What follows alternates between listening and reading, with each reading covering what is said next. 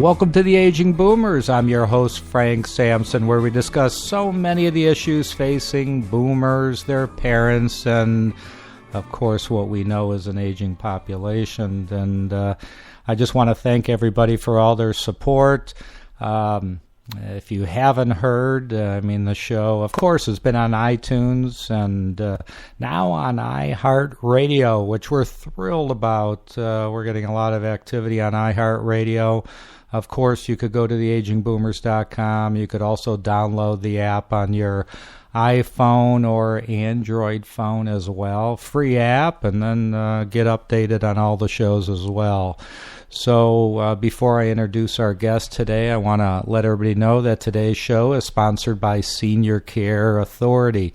Senior Care Authority is a professional senior placement and elder care management organization that has a national network of professionals to help in determining the right path for seniors in receiving proper care or supervision. Whether it's in-home care, assisted living, residential, or memory care, you can talk and meet with a senior care advisor right in your area. Just call 888-809-1231, or you can go to seniorcareauthority.com. So I'm always excited by our guests, but this is someone who has recently written a book. He's also a senior pastor in Memphis, Tennessee. His name is Gerald Kiner. He had retired from the Memphis City Schools in 2013 after 18 years as an educator, in part to focus on writing his book, How to Eat, Live, and Play After Age 40. Key Principles for Protecting the Most Precious Years of Your Life. The book is apart from his mission to help encourage people to live holistic lives, which is the key trait most I always have a tough time pronouncing that one, Gerald. Centenarians possess. So I was going to try to make it all the way through without mispronouncing, but I messed up. So welcome to the Aging Boomers, Gerald. Thanks for joining us. Frank, thanks for having me. I just downloaded your app, and it is awesome on my iPhone, the Aging Boomers. So congratulations. Awesome. Great. Well, thank you so much, and thanks for being on the show. We love the show wouldn't be anything without guests like yourself. So your book, How to Eat, Live, and Play After Age 40. What was the main motivation to write this book? I think it's wonderful, by the way, but what was your main motivation to do so? Well, Frank, I think I'm a lot like you in terms of I have a natural love for people, and being in my position as a pastor, you have to have that, and consequently, having a natural love for people, you kind of hate to see people do things to hurt themselves, whether emotionally, physically, spiritually, mentally, and seeing our society being in a state of obesity that we are all across the country, to see that the White House, Michelle Obama, has addressed it and have networked with many organizations to try to fight obesity. And then in my city, we're always on the top 10 list of obesity, being one of the most obese cities in the country, Memphis, Tennessee. Then being a pastor, and you see so many other preachers who are obese, despite the fact that we are really trained to be disciplined. Jesus fasted, and to see, the obesity that, and knowing how it has an impact on our health, and seeing the high blood pressure rate, seeing diabetes, seeing so many side effects from just us not taking care of ourselves. It's almost a calling and a mission to try to write something, just as it's a calling and a mission for you to have your show to try to help people. So it's just your natural passion to try to help people and educate people. When you know better, you try to do better. Then you try to make sure other people are doing better. So what kind of inspired you? I know just to helping people, I think it's great, what you're doing, and we'll talk how people can get the book, and it's very inexpensive, so it's a wonderful collection to add. But your background, talk about your background and what has kind of made you that, I don't want to say expert or give you that knowledge to write about a book like this. I mean, is it just you just did a lot of research on it? Is it people that you just deal with day to day? What kind of led you into it? And that's an excellent question, Frank. Excellent question. And it's a combination of both, being my own personal lifestyle, as well as just being well read on the issue of the body. As a former school teacher, one of the classes that I taught was biology. So I always loved the human body. In college, one of my favorite classes was nutrition. So all of that combined to kind of give you a knowledge and understanding, and then your personal lifestyle, being disciplined in eating right, and seeing how at my age, 43, and a lot of my contemporaries, my peers at the same age who do not eat right, who do not exercise daily, seeing some of them go through and seeing your own personal self being at a top physical condition, although I'm not a bodybuilder, but I do go to the gym. And I remember when I was 16 and my mother came home, and she was around 40, 41 years old.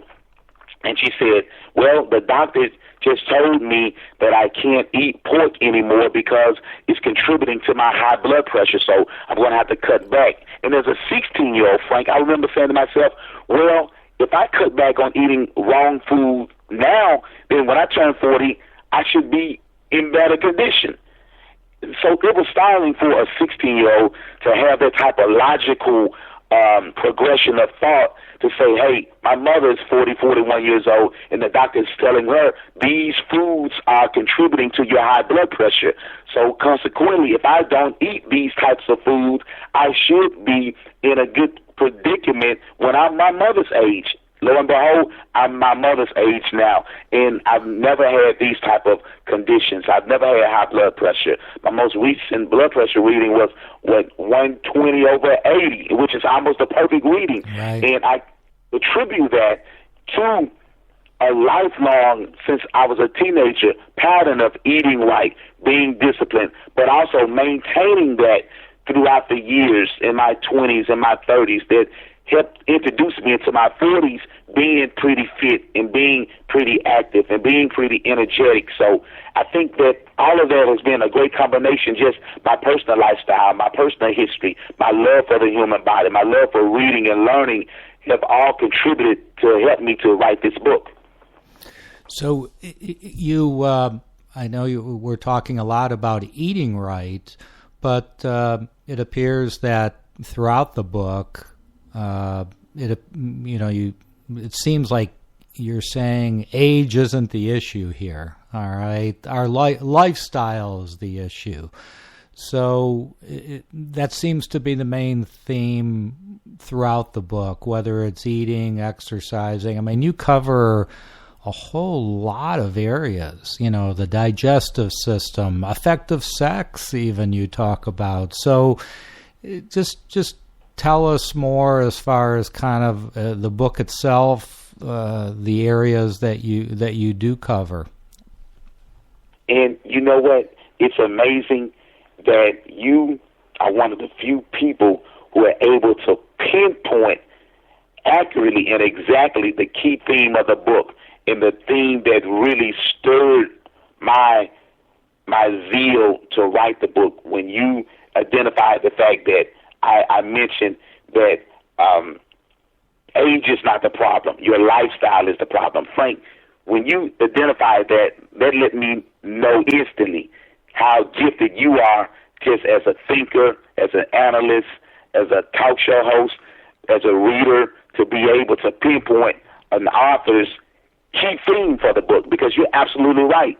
That was the golden egg Your age is not the problem. Your lifestyle is the problem. And when you look at all of the cumulative effects of poor lifestyle, poor diet, poor thinking habits, poor eating habits, poor exercise habits, those things are what combine to have the adverse effect on our bodies. So I was very pleased. I was so excited to meet you and talk to you when you gave me that advance notice that you had already identified the key theme of the book. And you're right. So in understanding that, I tried to create 12 chapters that kind of covered a person's entire lifestyle, from the sex, from the eating, from associating with the right people, from spirituality, from habits, effective habits, smiling and just being happy, being an encourager, and being around people that encourage you. All of these things help the way we think, the way we feel. All of these combine to help our blood pressure stay at a effective level, keep our nerves from being bad nerves, that keep us from worrying, that keeps us from having stress, which again combines to give ill side effects on the body, that keeps us from having to take a lot of headache medicine, which has an adverse effect on the liver. We talked earlier that I sent you an article about the different type of medicines, sleeping medicines, that have an adverse effect on aging, Alzheimer's, dementia.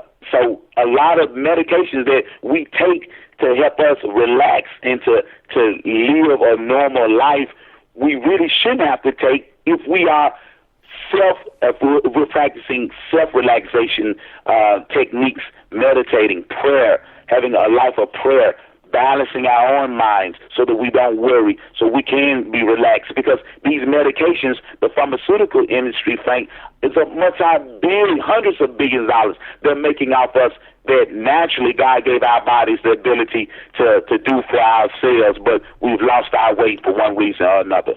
Right. No, that's it's a great point. You know, I found it interesting, and thank you. You sent me, a copy of the book, and the very first chapter you discuss the digestive system. So I'd like to know why you picked that as the very first chapter, and if you don't mind, just discuss a little bit more about that area, including any research that you've done on the digestive system. That's excellent question, Frank, again. And you're right. I wanted to start with that chapter because that old famous saying, you are what you eat. You are what you eat. So that's something that we all do, regardless of our background, regardless of our culture. We all eat. So that's that commonality that I wanted to start with, that everybody is familiar with. No one can escape from the fact that, hey, I do put certain foods in my mouth, or I put the right food in my mouth, or I put the wrong food in my mouth. So a lot of the research that I've done was already existing research from a lot of the medical journals or websites like WebMD that has a lot of information on the digestive system and how the digestive system works and how you can help your digestive system by eating the proper food. So again, the research is already out there, and my goal was just to compile it into a book form, because the research is abundant and shows how we can help our bodies. But unfortunately, the internet today, Frank, is so much information. You have to almost be pretty skilled to throw away the fat so you can have the meat. So all I did was I threw away a lot of the fat that was out there and gave us only the meat.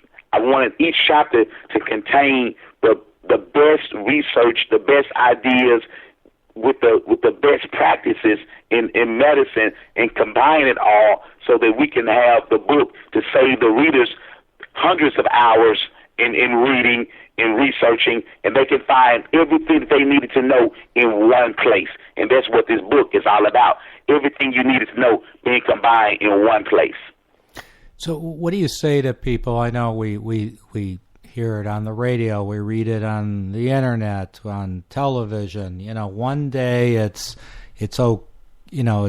good to eat a certain type of food. The next day it's not good to eat it. One day it's good to have coffee. The next day maybe coffee's not good. I mean, you hear these things. There's just so much information out there. It gets kind of confusing, I would think. And some people just kind of throw their hands up and go, I'm not listening to any of that stuff. I'll just do whatever I think is right. I mean, what advice do you give to people where you get just, like you said, too much information out there? Well, you know what? I'm going to give you a famous statement that was ascribed to Socrates: know thyself. Right. And that is so crucial, because when you know yourself, you have to know what foods make me sleepy, what foods keep me energetic, how much exercise is good for me, when do I feel too tired, when do I feel just right. You have to know yourself. And unfortunately, people are so busy they don't take the time to even analyze, Frank, what's helping them, what's hindering them. You can analyze yourself and say, okay, I ate this today, I ate this fried food today, and now I'm feeling this way. So consequently, common sense would say, I need to stay away from this food.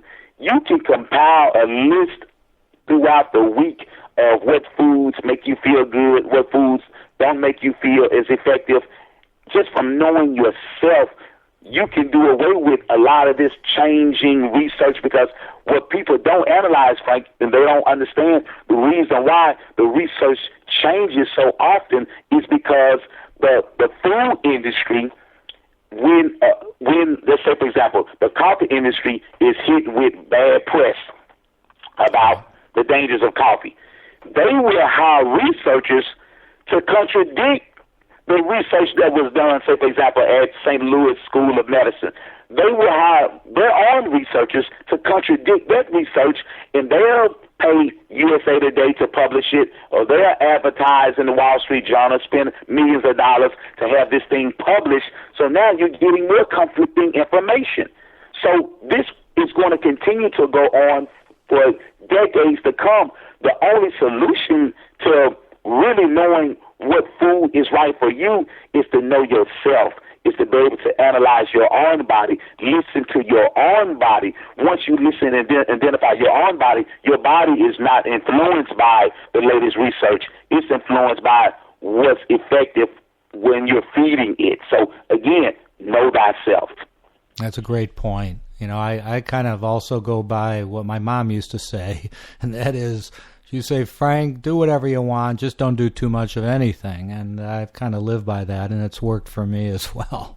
So, you mentioned exercise, all right? And again, too much information out there, but, you hear everything from, make sure you do cardio, do weights, do it for 20 minutes, 3 times a day, you'll be fine.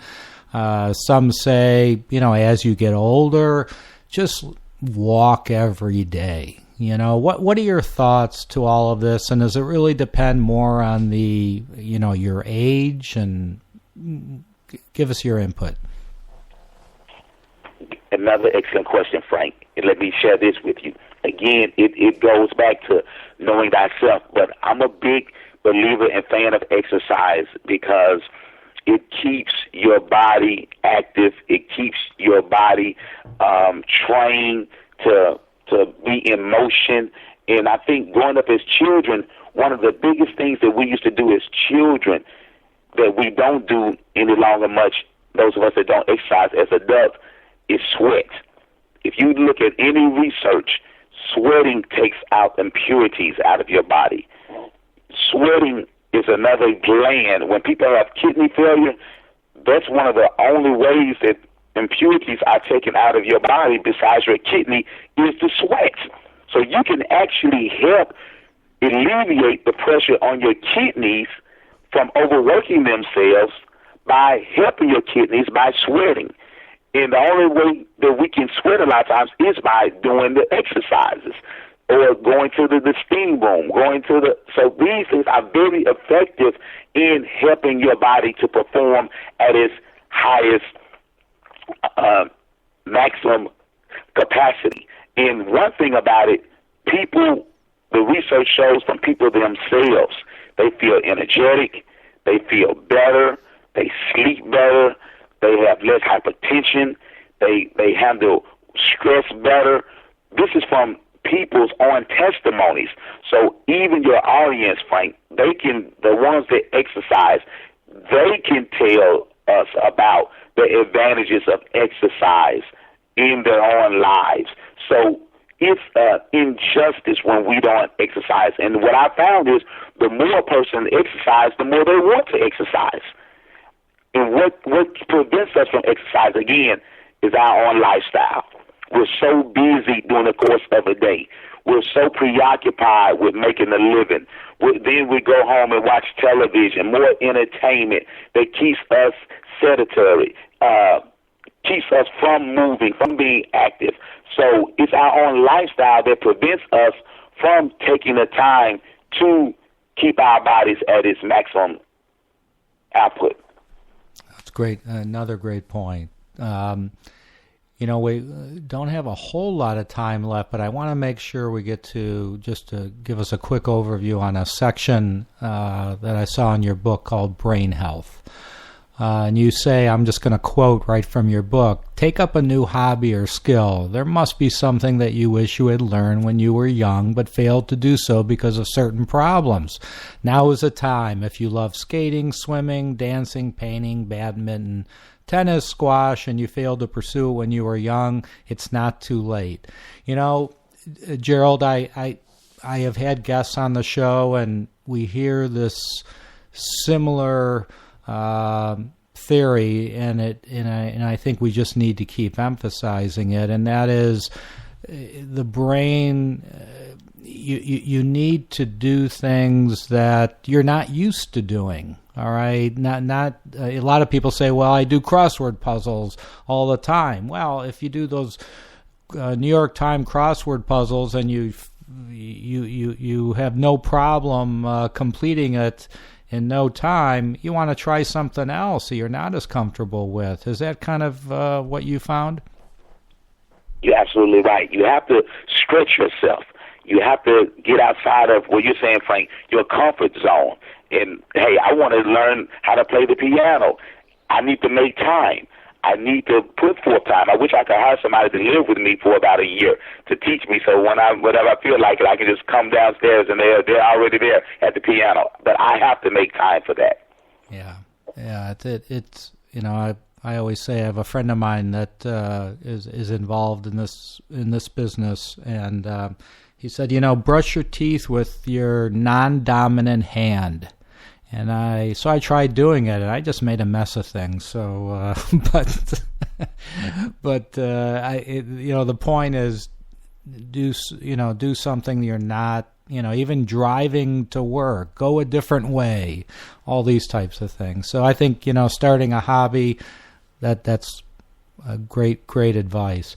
So, Gerald, we have just a couple minutes left. I'd like you to share with our audience our listeners, how they can get your book, all right, and how maybe they could get in touch with you, and maybe leave them with some words of wisdom as well. So, just a couple minutes left. I'll leave that to you. Thank you, Frank. Again, you can purchase the book at How to Eat, Live, and Play After Age 40. The book is How to Eat, Live, and Play After Age 40. It's after40thebook.com. That's www.after40thebook.com. It's $9.99 there, or for $16.99, you can purchase it at Amazon.com or Barnes & Noble. They're available at those websites for $16.99. You can reach me directly at Gerald Kiner at gmail.com. Gerald Kiner, Gerald Kiner at gmail.com. And I really appreciate being a part of your awesome show. Just want to leave with you the golden statement that you already identified, Frank, is that age is not the problem. Our lifestyle is the problem.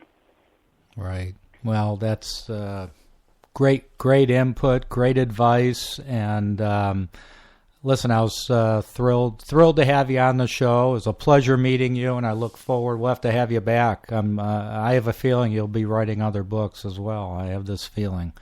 So we will have you back again, okay? Okay, good deal. All right. So thank you for joining us. And again, please go on to iTunes, go on to iHeartRadio. Just love to hear your comments. Many of you have given us great comments, great input, and keep them coming. So thank you, Gerald Kiner, for joining us. You got to go get his book, How to Eat, Live, and Play After Age 40. And you be safe out there, and we'll talk to you all soon. Thank you so much. Thank you.